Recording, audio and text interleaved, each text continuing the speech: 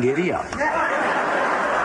In June 1863, after more than 2 years of bloody conflict, the Confederate Army of Northern Virginia, Robert E. Lee commanding, slips across the Potomac to begin the invasion of the North. It is an army of 70,000 men. They move slowly behind the Blue Ridge, using the mountains to screen their movements. Their main objective is to draw the Union Army out into the open where it can be destroyed. Late in June, the Union Army of the Potomac, 80,000 men, turns north from Virginia to begin the great pursuit up the narrow roads across Maryland and into Pennsylvania. General Lee knows that a letter has been prepared by the Southern government, a letter which offers peace. It is to be placed on the desk of Abraham Lincoln, President of the United States, the day after Lee has destroyed the Army of the Potomac, somewhere north of Washington.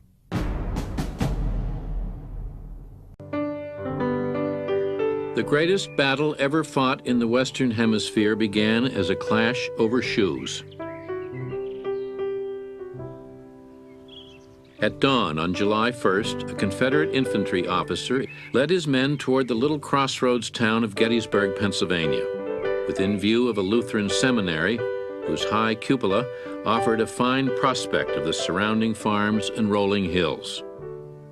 There was rumored to be a supply of shoes at Gettysburg, and the footsore rebels were there to commandeer them. The South came in from the north that day, and the North came in from the South. On the outskirts of town, the Confederates ran headlong into General John Buford's Union cavalry. While both sides sent couriers pounding off for reinforcements, Buford tried desperately to hold his ground. But the Confederates finally overwhelmed him and pushed the Union forces back toward town. People were running here and there, screaming that the town would be shelled. No one knew where to go or what to do. My husband went to the garden and picked a mess of beans, for he declared the rebels should not have one.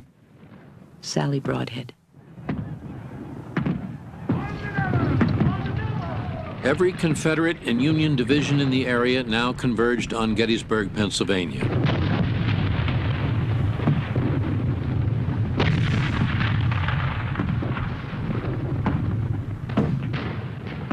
By mid-afternoon, Confederate troops occupied Gettysburg and Union forces had been driven back south of the town.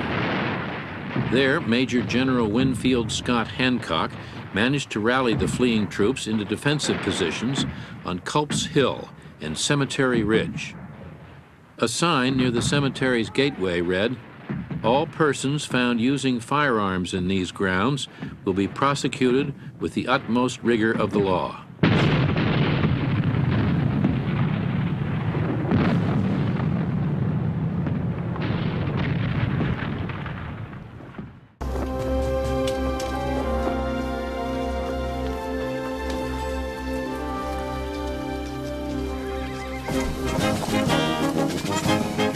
Good morning, sir. General Longstreet, good morning. The Federal forces are concentrating. Yes, and I confirmed some of your man Harrison's information. Their new commander is definitely George Meade. I have reports of Union cavalry in Gettysburg. Cavalry? Mm-hmm. General Hill reports only militia. He did. Well, it's cavalry, and when there's cavalry, the infantry will be close behind. Meade's closing fast. It could be he's thinking of swinging around behind us. Behind, in front, the direction does not matter. We will fight him wherever he is. Probably got old Abe Lincoln on his back trying to throw us out of Pennsylvania.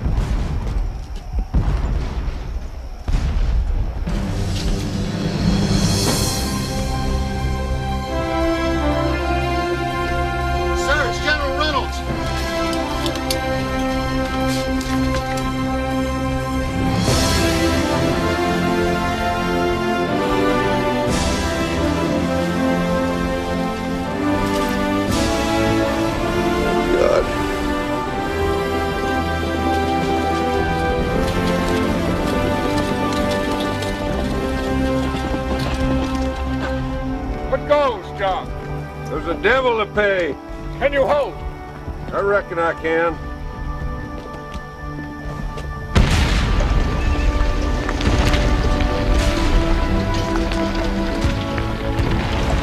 Now, John, he probably has about 10,000 men coming down that road, would you say? Yes, sir. There'll be a lot more behind him. Well, we've got about 20,000 we can put in the field. We're in very good shape, I think. For a while, sir.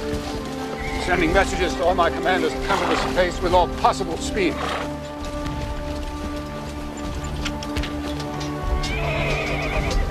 Lovely ground. Not so, sir. Now let's go surprise Harry Heath.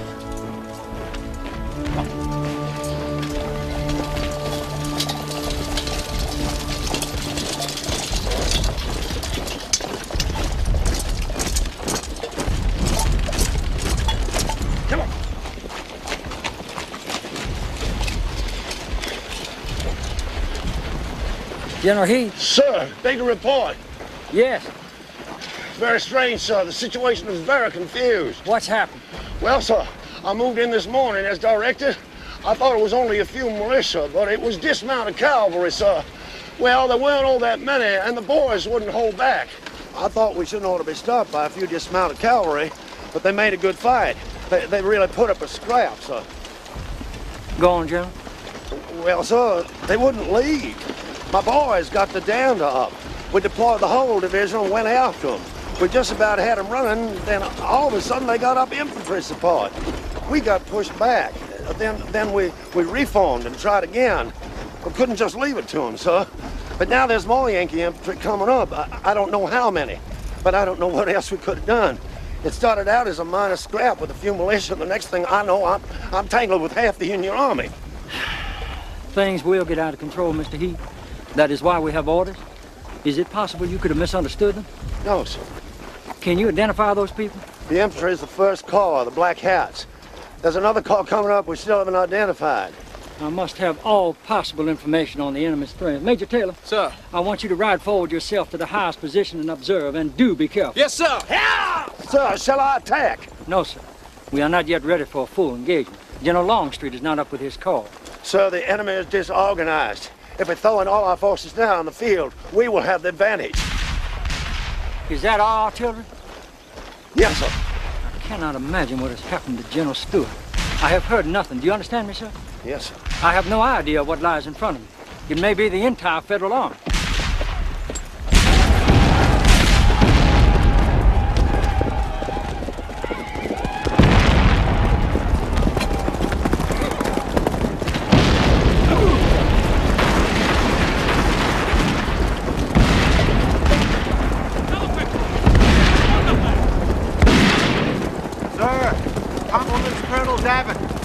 Rebels are coming down the road from the north. Instructed, sir. That'll be Ewell's corps. They're trying to flank us. Gotta meet him. Horses will go online. See Colonel Devon. Tell him to get up that way as quick as he can. We'll get Gamble's boys back in the saddle and be there shortly.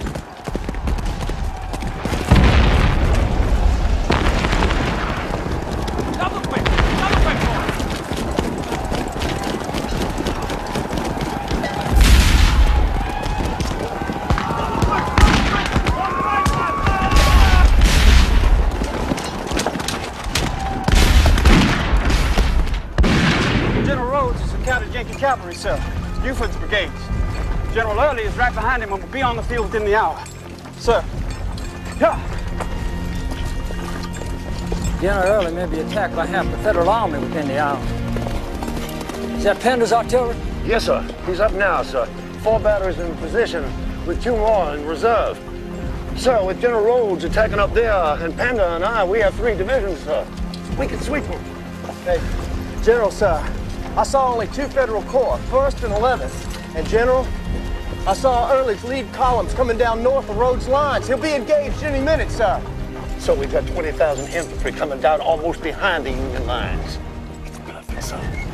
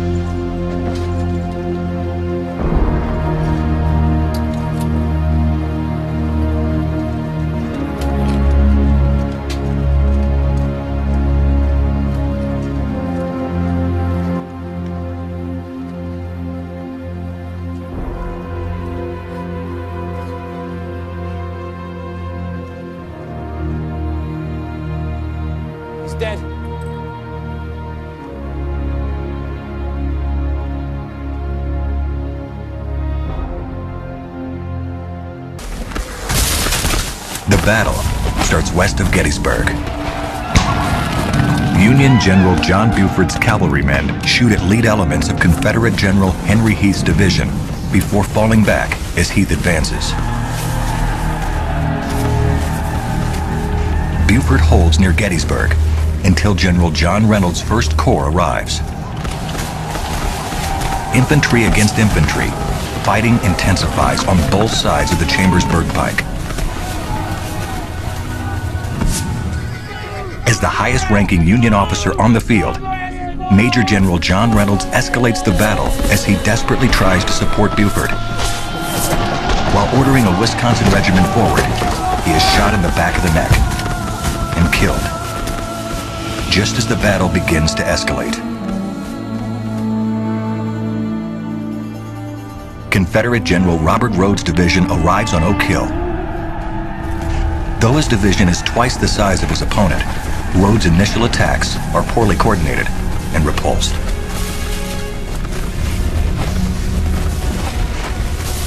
Then, General Jubal Early's division arrives from the northeast. Despite Union reinforcements, Rhodes and Early manage to break their right flank. The Yankees are fighting a losing battle on the left, too. After a savage firefight in Herbst Woods, they fall back to Seminary Ridge. Cannons and small arms blast the attacking rebels, reinforced by Dorsey Pender's division. But numbers come to bear, and the Union line collapses. Some escape via an unfinished railroad bed. Others are trapped in Gettysburg streets.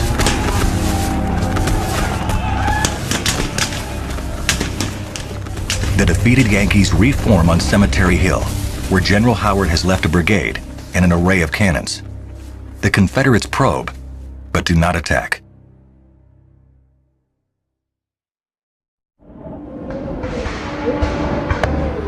It was one of the bloodiest days of the war, but the worst was yet to come. By the afternoon, the Confederates had wrapped around the Union position, which now resembles a giant fishhook. But the Federals occupy the high ground, and General Meade's interior lines will allow him to easily reinforce threatened sectors.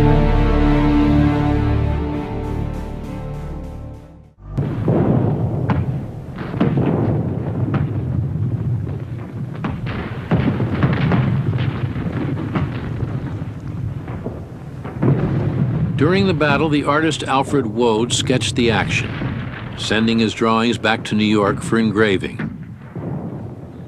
Meanwhile, Sam Wilkeson of the New York Times filed dispatches, sitting next to the fresh grave of his son. Lee arrived in the middle of the afternoon, set up headquarters, and urged Ewell to renew the attack before nightfall. Ewell chose not to. His men needed rest. By the end of the day, the Union Army held the high ground.